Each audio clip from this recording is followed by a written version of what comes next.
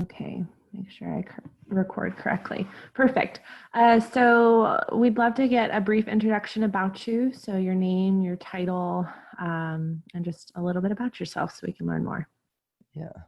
My name is Jonathan McFadden. I'm an associate professor of print media in the School of Art and Visual Studies. I'm originally from Houston. I grew up there and then did my BFA and in printmaking, and then a BA in French. So went and lived in France after school teaching English, and then ended up in grad school in Scotland, and then moved back to the US, bounced around teaching positions before ending up here, which I think a couple of questions kind of cover what, I'll delve more into that with those questions. And I've been at UK now. This is my 8th year here. Okay, wonderful. Yes, we of course have a few extra questions, and I'm sure we'll be able to learn more about you. So first question is, as a child, what was your dream job? Like when I introduce myself to students, I talk about this some. Like as a kid, it was kind of like whatever appeased my parents. So like growing up in Houston, my dad worked for NASA and was an astronautical engineer. So it was like, oh, I want to be an astronaut because he'll get off my back and leave me alone. And my mom was a NICU nurse. So it's like, oh, I want to be a doctor. So it's like when really, like as a kid, I was really into music and played in lots of punk and ska bands, and then partly chose going to Texas State for its proximity to Austin to play in bands because they would not help out with college if I went to school for music. So that kind of like dropped off, and I picked up art because like being in bands, I was making gig posters and all that. And I got some really bad advice from an advisor when I started college. I was like, oh, you like making digital images. You should be a computer science major. No, bad. That was bad advising. So 2 semesters into that, and I was just like, man, what am I doing? Like, this is not at all what I see myself doing. And ended up taking an art class and getting more into graphic design that led me into printmaking kind of through screen printing and its history as a graphic art. So it was kind of an evolving thing, even getting into teaching. Like I knew kind of at the end of undergrad, I wanted to go the more academic route. So I needed to get a master's degree, but I had, dreams of teaching at a small liberal arts school or state school. So started in community college and then was at Minnesota State in Mankato, which is literally campus surrounded by cornfields.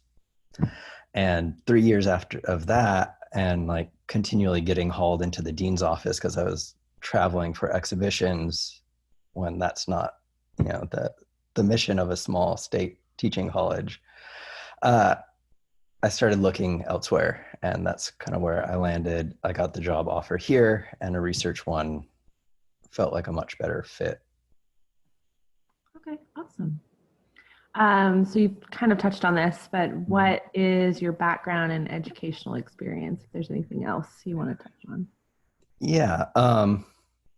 So after grad school, I ended up apprenticing with Tandem Press that's associated with the University of Wisconsin. And through that, I did a master printer apprenticeship, which sounds like a Dungeons and Dragons title, but through that, I worked for a lot of really famous artists like Judy Pfaff, Nico Lopez. David Lynch is probably the one that most people recognize the name of because he's a famous director. And got to work with a lot of really cool people. So that kind of like gave me insight into the academic world, and then taught at a community college, teaching between 3 different campuses in Houston. And I was like, no, spending as much time teaching as I am in a car commuting is not fun. Mm-hmm. And then, like I said, 3 years in Mankato, and then 8 years here. Okay, awesome. So when you were starting your career, did you expect to be in this current position? Not at all. No, my career just kind of led me here. You know, and part of that is connections I made in grad school, going to an international program, and now my peers are spread all over the world. So my practice as an artist is spread kind of all over the world, and that, you know, works better with a research university than it does elsewhere. Mhm. So, what does a typical day look like for you in your position? It kind of alternates between teaching days and non-teaching days. And, you know, prior to COVID starting, when I had a lineup of exhibitions, you know, it's getting up and, you know, if it's 5 a.m. here, it's 5 p.m. in Asia, or it's 10 a.m. in UK or 11 in Europe. So it would be up. Maybe I have a phone call with the gallery or somebody I'm working with, or responding to emails based on what time it is over there. And then, and by the way, I have 2 small kids, so getting up at 5 a.m. is normal for me. And then coming to campus, either teaching, and I teach Tuesdays and Thursdays for like 6 hours straight between, we have 3-hour classes in art studio. Non-teaching days, I'm around to answer student questions, but my studio is also in the SAVS building, so I'm working in there. And in my studio there, I'm more working on like installations for these exhibitions, and depending on how many exhibitions come back, depends on how much space is not taken up by crates and cardboard boxes. And most of my work that I'm actually making, I'm making in the classroom. You know, part of printmaking and print media is the communal aspect of it, that there's all this really large equipment the size of a, you know, presses the size of a car. I can't really have all that in my studio, so I prefer to be in the classroom making work, around students. I find it beneficial that students can see what me and other faculty that work in the area do, um, and can ask questions as we're making things. You know, they'll see me getting ready for an exhibition, and, you know, see when it comes crunch time, my stress level elevating as I'm like frantically trying to pull things together. Uh, and that's kind of it. That sounds very busy. A lot of different hats you wear in Yeah. your typical day, so that's pretty great. Okay, what is one piece of advice that you would give a student artist from your past experiences?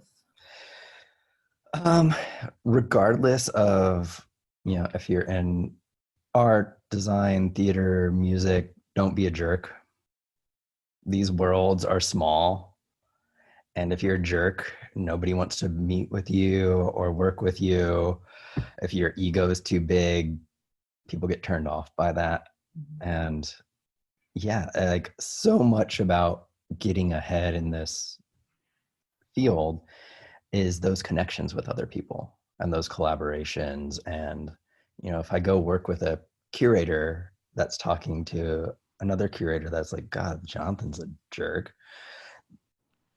that's going to get around pretty quickly. And next thing I know, nobody's wanting to show my work, you know.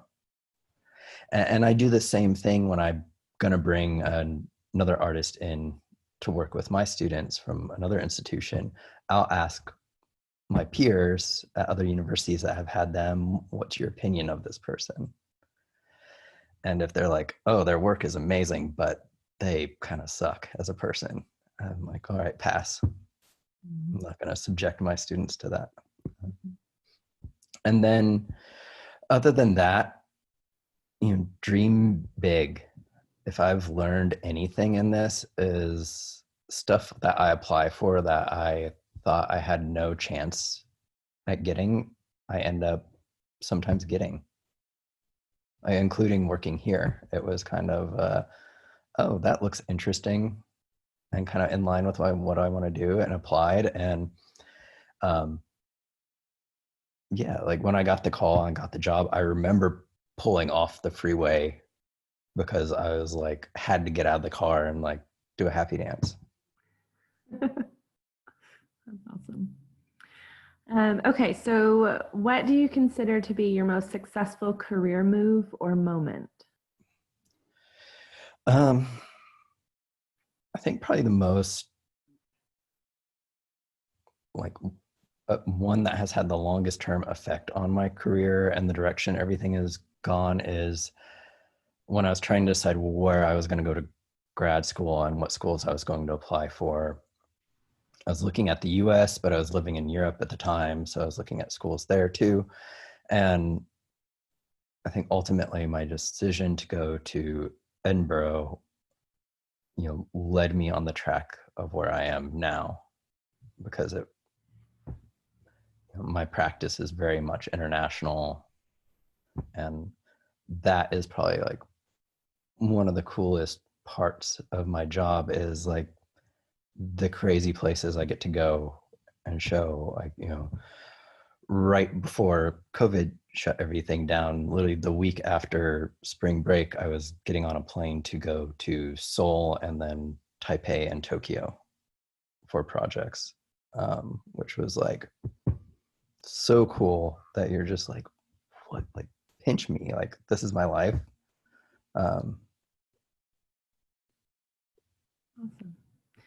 Okay. So what role does an artist like yourself play in our society? I actually asked that to my grad students when they first start, like what their role as an artist is, because there's like many different facets of this. And, whether you're like more design oriented or studio oriented kind of shifts what that is about. For me, artistic practice is pretty similar to like a philosophical pursuit. There's like questions I have going on in my head that I'm working out through imagery, or how I'm communicating that with the work and what I want the viewer to take away from it. And, part of being an academic too is it frees me from, having to make work that just looks nice. It can be intellectually challenging. You're, as an artist, regardless of field, you're also, a representative of our time, and, a reflection of what's going on in the world around you.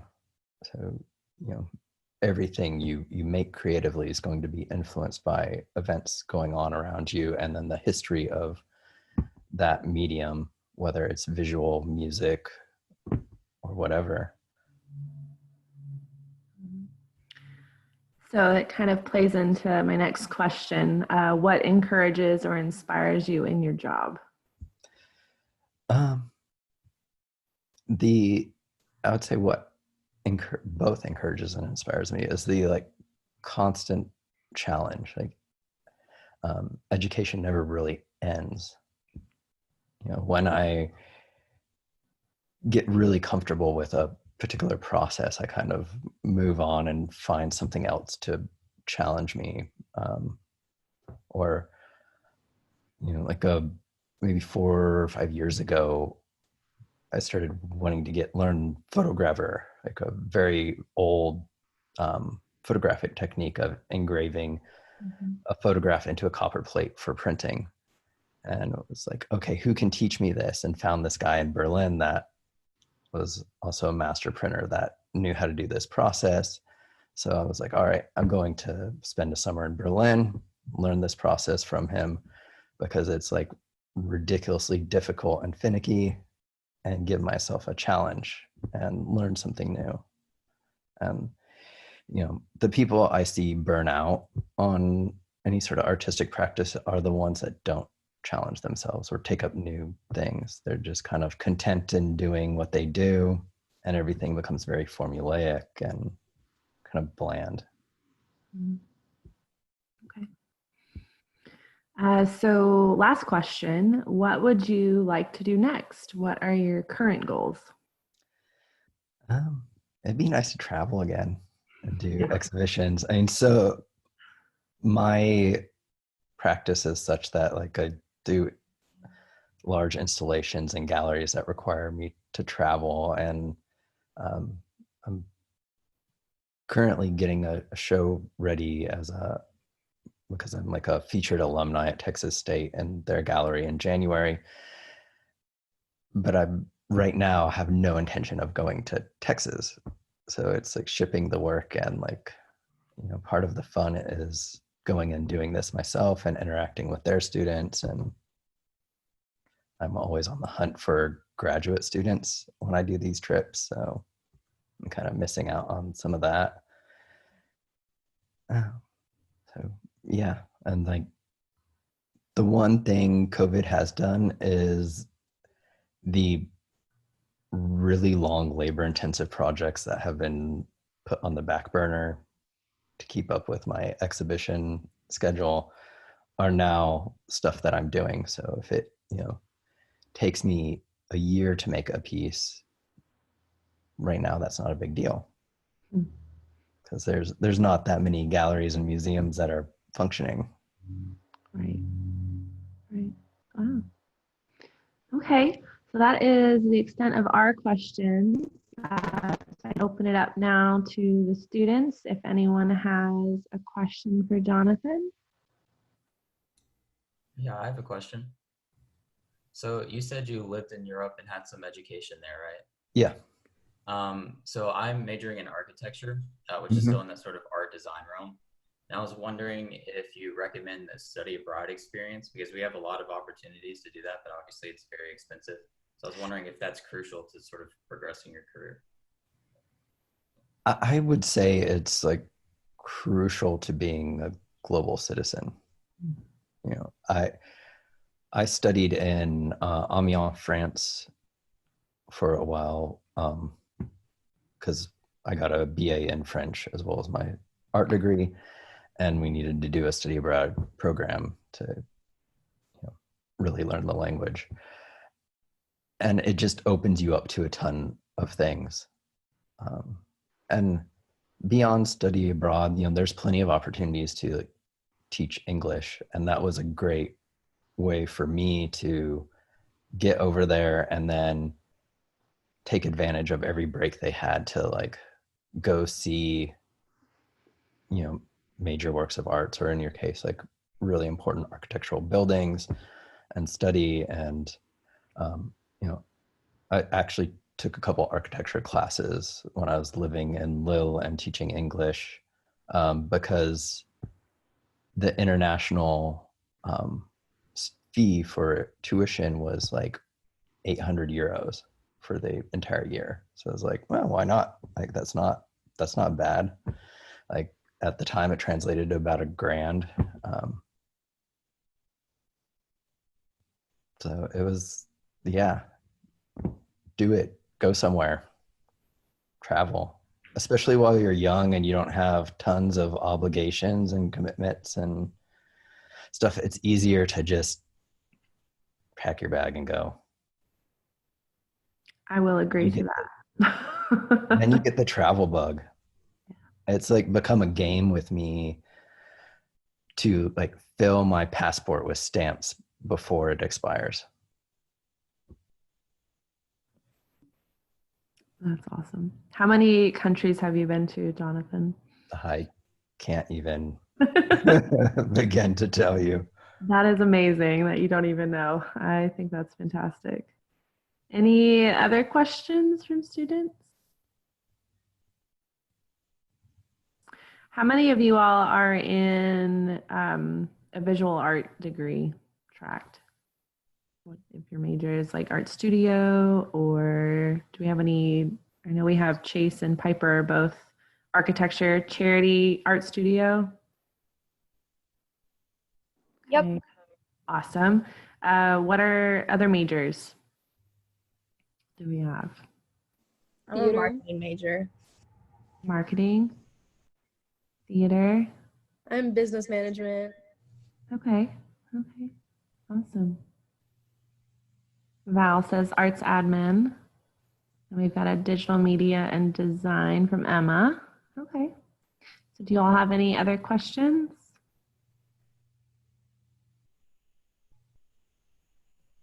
No? Okay. Jonathan, do you have anything else you'd like to add for our talk? Not that I can think of, Okay. unless you have any other questions. No, I think that's all the questions I have. So if that's it, then I want to thank everyone for coming today, and thank you to Jonathan for taking some time out of your busy schedule to meet with us. And it was nice No to problem. hear more about you. So if nothing else, we are complete. So thank you all. And if you have any other questions, feel free to email me and I can get them to Jonathan. So. Thank you, All right. Jonathan. Bye. Thank you.